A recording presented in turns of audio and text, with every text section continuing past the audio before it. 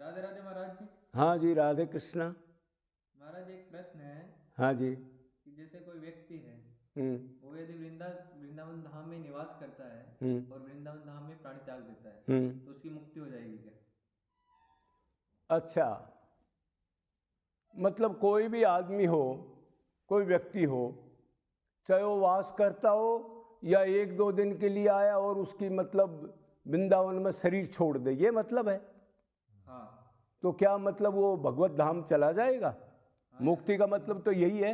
हाँ। तो भाई ये तो ऐसा तो नहीं हो सकता।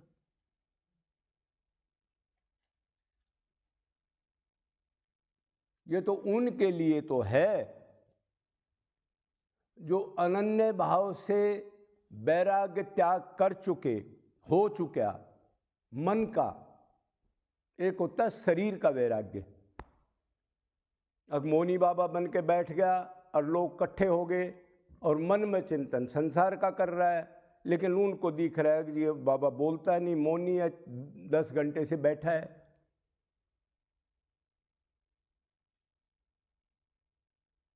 या एक आदमी ये कह रहा है, अब जी महाराज जी तो बस एक हफ्ते में एक बार थोड़ा सा अन्न खाते हैं और एक लंगोटी रखते हैं और एक टूटी हुई छप्पर है उनके पास, लेकिन मन का चिंतन और कहीं हो और बहिकर्ण में दिखता हो क्रिया। क्यों लोग तो बहिकर्ण को देखते हैं ना। कोई ज्ञानी प्रेमी आदमी तो पहचान लेता है, बाहरी लोग तो इसी को देखते हैं। ये बाबा है, ये मतलब ये है कि ये मतलब 5-10 साल से यात्रा ही कर रहा है। कई बार तो यूट्यूब में ऐसे कह देते ये बैठा ही नहीं। कोई कह रहा है ये 50 फुट नीचे धरती पर लिख रहा है, कभी धरती पर ही बाहर नहीं आया।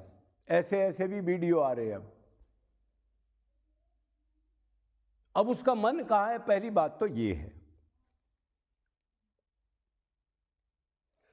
तो जो पूर्ण वैरागी त्यागी आदमी हो, भगवान से अनन्य प्रेम करता हो, राम श्री कृष्ण से, राधा से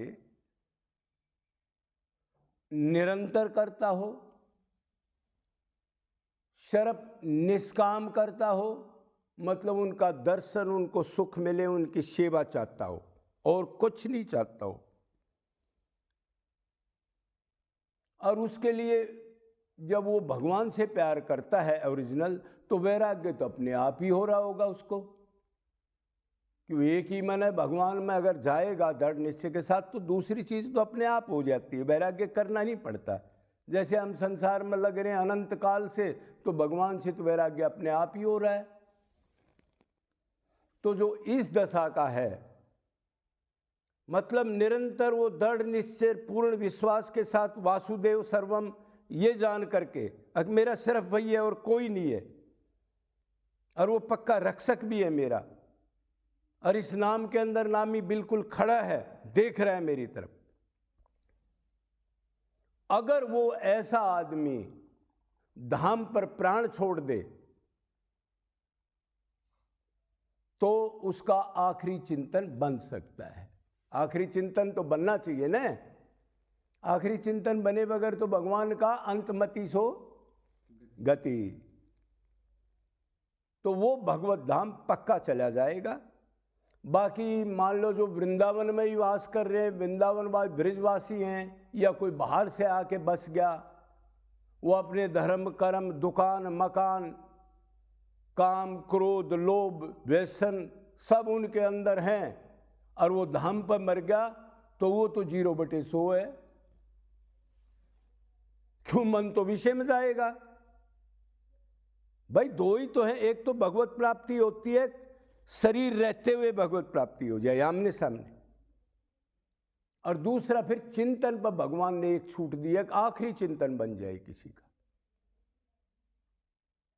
अब धाम पर हम वास कर रहे हैं, चिंतन धन का है हमारा मरते वक्त, या चिंतन हमारा बेटे का है, या चिंतन किसी की दुश्मनी का है, अब इसका काम मैं नहीं कर सका, मर रहा हूं, लेकिन ये आदमी बड़ा गंदा है,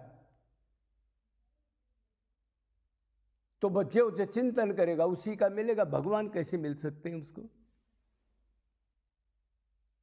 तो ये रूल जरूरी नहीं है। अंतकण की शुद्धि तो करनी पड़ेगी, चाहे कोई वृजवासी हो, चाहे बाहर का वासी हो। हाँ, वृजवास का एक ही फर्क है, अगर सच्चे दिल से आप निष्कपट होकर के भगवान की भक्ति करते हो तो उसमें आपको 20-25 नंबर ग्रेस के मिल जाते हैं, क्यों दिव्य धाम है, ऐसा महसूस भी करे वो। अब ये नॉर्मल जमीन नहीं है। बाकी ये कैसे हो सकता है?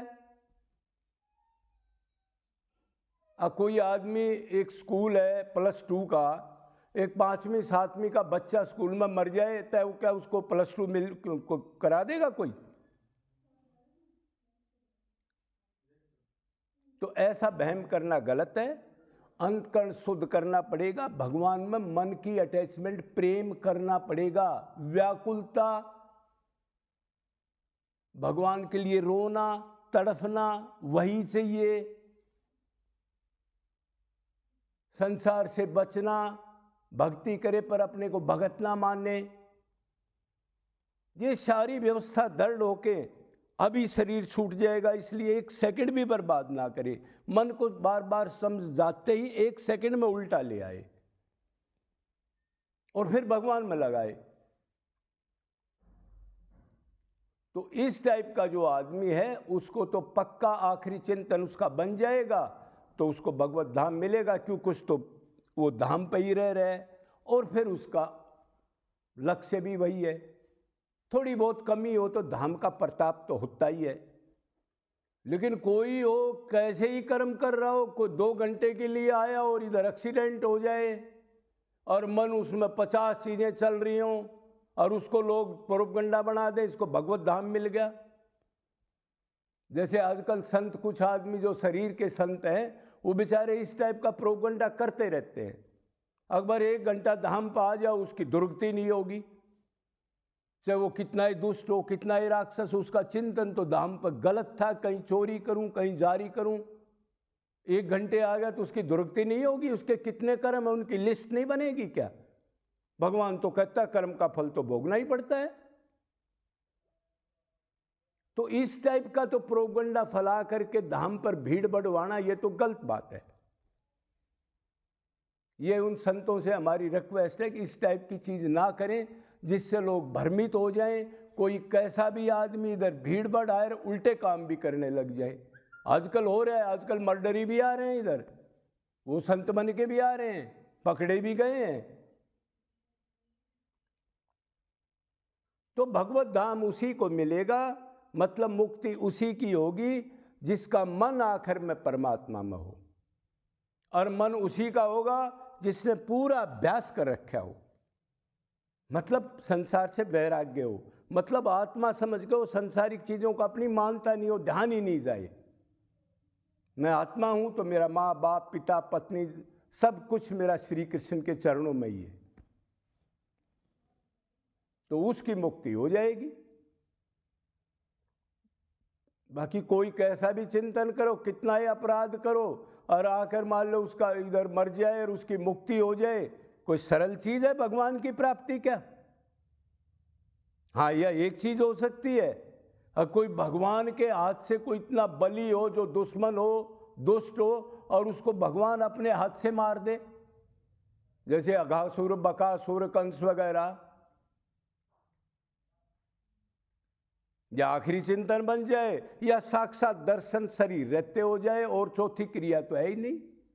वो 2 कंसेशन है भगवान के देखा जाए तो। आखिर में भी मेरा मन कोई लगा दे, प्राण त्याग दे। तो धाम का ये जरूर है कि अगर भक्ति करता है तो उसकी 20% भक्ति उसको प्लस पॉइंट जरूर मिलेंगे।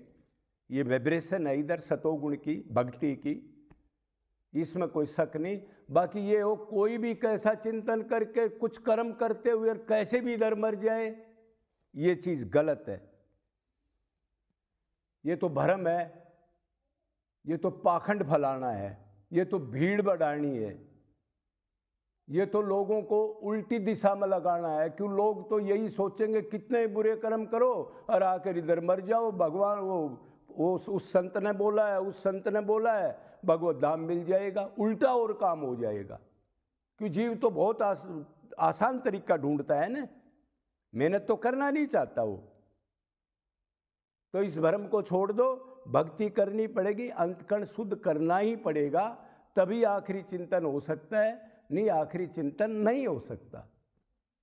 तो इसलिए अपनी तैयारी करो, अभी से भगवान में मन लगाओ, निष्काम भक्ति करो, उसके लिए व्याकुलता प्रकट करो। संसारिक चीज़ों को इस हिसाब किताब को छोड़ दो जो दुखों की तरफ आपको ले जा रहा है। बहुत जन्म बीत गए हैं, सावधान हो करके तो ये काम बन जाएगा। तो यही उसने पूछा था, अब शायद उसको जैसा था पता लग गया होगा। तो मेन भक्ति है, ये नहीं है कोई जाके काशी में मर जाए जैसे लोगों ने कर रखा है, या कोई आदमी कितने बुरम कर कर गंगा जी में उसकी अस्थि बहा देते हैं और उससे उसको स्वर्ग मिल जाएगा।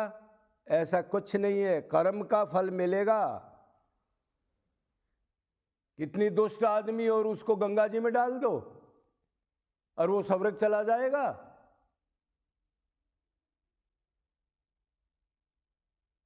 तो ये विरुद्ध बात है, इसलिए भक्ति करनी है, वो मेन है। शरीर इसलिए मिला है। हाँ, इधर जितना भी आप मन लगाओगे उसमें धाम का कंसेशन जरूर मिलेगा, अगर आपके शुद्ध विचार है तो, ठीक भाव है तो। बोलो वृंदावन बिहारी लाल की।